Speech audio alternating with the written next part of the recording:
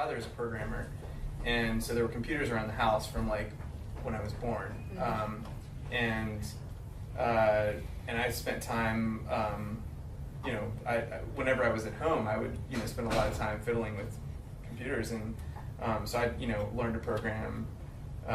Both from like an academically gifted program in school that like we did a little unit on it, and I was like, oh, I really like this, and so I started doing it at home at age 8, and now that's what I do for a living, and have been for a long time. But I didn't learn any of it in school, and yeah, I spent a lot of time doing it. My parents would take away my computer access as a punishment and stuff,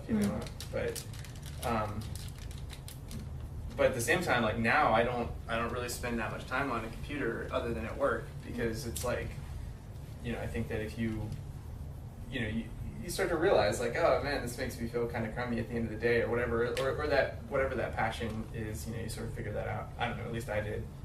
I feel like I went over to your house and did some computer stuff too. Yeah, totally possible. Yeah. I mean, when I was homeschooling right as the internet became a thing, and we actually ended up doing like me and a buddy who were homeschooled did an internship with a computer company, and at 13 we were like working on websites and learning about that stuff. So, but I think it is really different now. I think the technology is way more seductive. Yeah, I could talk about this for a long, long time from a lot of different angles. So, but there's a lot of books out now that you can actually read about the child's brain and what this new technology is actually doing to the brain. So that's one whole thing. I mean, it doesn't matter content, what your brain is doing when on a screen is what your brain is doing on a screen. So there's that. And I think that as a parent, I had a flip phone, and then the kids had a phone, and then there was this other phone that was coming, and so we were kind of on that cusp.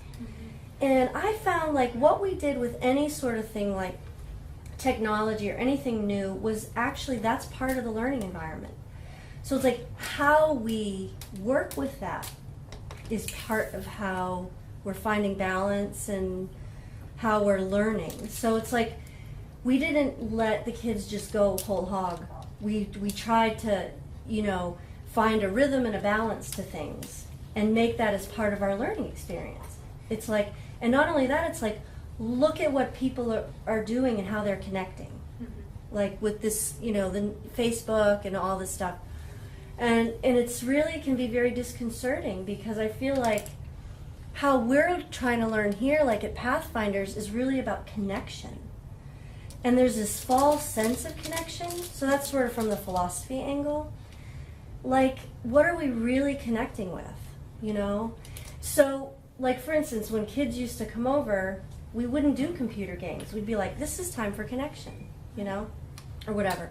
So at Pathfinder, or something that Peter Gray says about screens is that a lot of times for kids who are home alone, it's their only way to connect to other children. Yeah. So it's like if we had the kinds of neighborhoods where kids ran out and were in the street, and if we had the kind of culture where you wouldn't get arrested for letting your kid walk across the street alone, they might do that to connect to each other. So to me, addiction is always about what's the need you're trying to fill. So it's like if the need is for connection with other people, maybe that's the easiest way to get it. At Pathfinder and at A&I in Baltimore, what I saw with screens is that kids do connect to each other through screens. So what I see is when kids bring their screens, they snuggle up on the couch and their heads are together like boys, and they're like, and they're like, at this level I did this and this and that. So there's tons of like talking. They're talking all the time. When they have other kids to play with the screen, it's like just another toy in the toy box. And the kids who are the most into the screens are also the most into climbing the trees and the most into playing the tag. And it's like they're and some of them, when they get older, I think they don't have the ability to play pretend the same way as when they're really young, and the screens like provide that rich imaginative experience. That said, I've told the kids, and when I talk to parents about it, I don't think people will enroll in our program unless there's some kind of limit on screen time, and the kids have to be a part of that. When we started homeschooling, there was a period where my son, the only thing he was interested in was sleight of hand and stage magic. That was all he was interested in. And I got worried, so I called the editor of Growing Without Schooling magazine. I just called. It was like I was so afraid that was all he was ever going to be interested in. And it was probably in the first year or so that we were homeschooling. And I talked to Pat Ring, and he said, "So what's he interested in?" And I said, "He's interested in sleight of hand magic." And he said, "He is? That's fabulous. He'll learn everything." And I said, What do you mean? There's no future in magic." And he said, "You have no idea what he'll learn by pursuing that." But I had the same fears that you're having. I just want you to know that. Mm-hmm. And then at a certain point, it shifted, and he got immersed in the world of computers with a buddy. So I'm relatively familiar with the research on video games and cognitive development. And I don't think it's either good news or bad news, because what the research is very mixed. Nobody agrees on a consensus. So the doom and gloom sells, and that's why that's most of what we hear. The doom and gloom is that it does things to their brain, it decreases sociality, it does all that.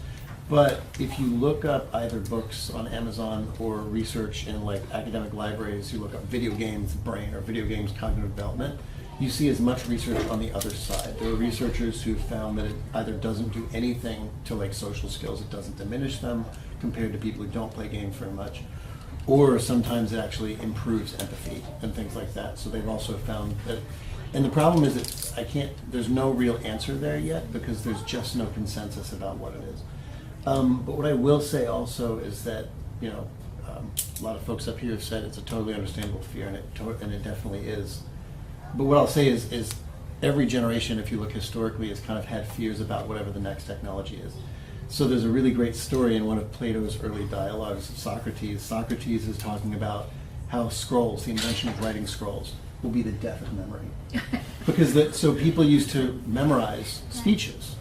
Right. And his fear was that, well, this is going to be the death of like thinking, because people will no longer have to memorize speeches, so they'll read stuff. And of course, he was absolutely correct. It totally diminished people's memory for memorizing speeches. People didn't do that anymore. But what he neglected was the fact that they actually did a whole bunch of new stuff.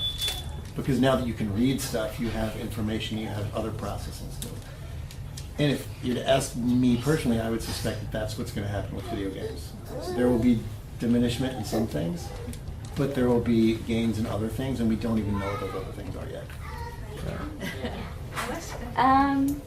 So me personally, growing up, I hated technology. Well, also we didn't have a lot in the house growing up until I was a little bit older.